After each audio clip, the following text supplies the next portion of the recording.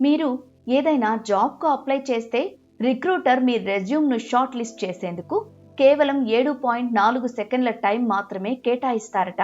ఈ విషయం job portal లింక్డ్ఇన్లో ఎక్స్పర్ట్లు చెబుతున్నారు. మరి ఇంత తక్కువ సమయంలో మీ ప్రొఫైల్ షార్ట్ లిస్ట్ కావాలంటే రెజ్యూమ్ ఎలా ఉండాలి, ఎలాంటి విషయాలను హైలైట్ చేయాలి అనే వివరాలు ఇప్పుడు చూద్దాం. చాలా మంది తమ రెజ్యూమేలో నేను చాలా hard worker, creative thinking, team leader అంటూ పెద్ద పెద్ద పదాలు వాడేస్తారు. రిక్రూటర్లు వాటిని అస్సలు పట్టించుకోరు.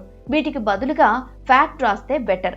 ఉదాహరణకు, నేను ఒక ప్రాజెక్ట్ను సొంతగా బిల్డప్ చేశాను అని, లేదా మా కంపెనీ సేల్స్లో వరుసగా 5 ఏళ్లు టాప్ 5%లో ఉన్నానని నెంబర్లతో సహా క్లియర్గా రాయండి.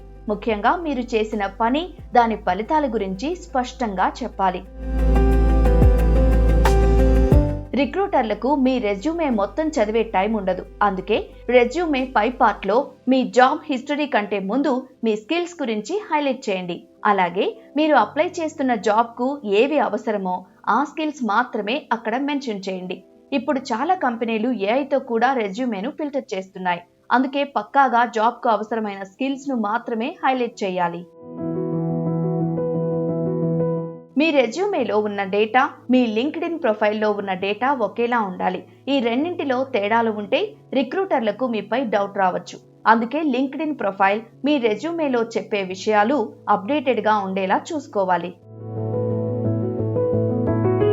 చాలా మంది రెజ్యూమేలో ఎక్కువ సమాచారం ఇరికించాలని ఫాంట్ సైజ్ బాగా తగ్గించేస్తారు. రిక్రూటర్లు మీ రెజ్యూమ్ చదవడానికి కాస్త కష్టపడాల్సి వస్తే దాన్ని పక్కన పడేస్తారు. అందుకే మార్జిన్లను 0.8 అంగుళాల కంటే తక్కువ చేయకండి.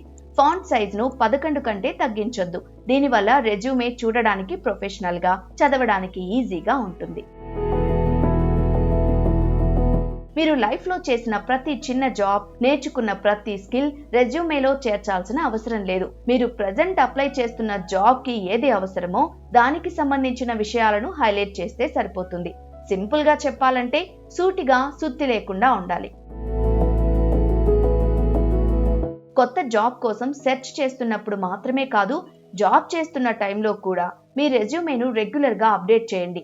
అలాగే వేర్వేరు జాబ్లకు అప్లై చేసేటప్పుడు ఆ పొజిషన్స్కి తగ్గట్టుగా మీ రెజ్యూమ్ను మాడిఫై చేయడం బెటర్.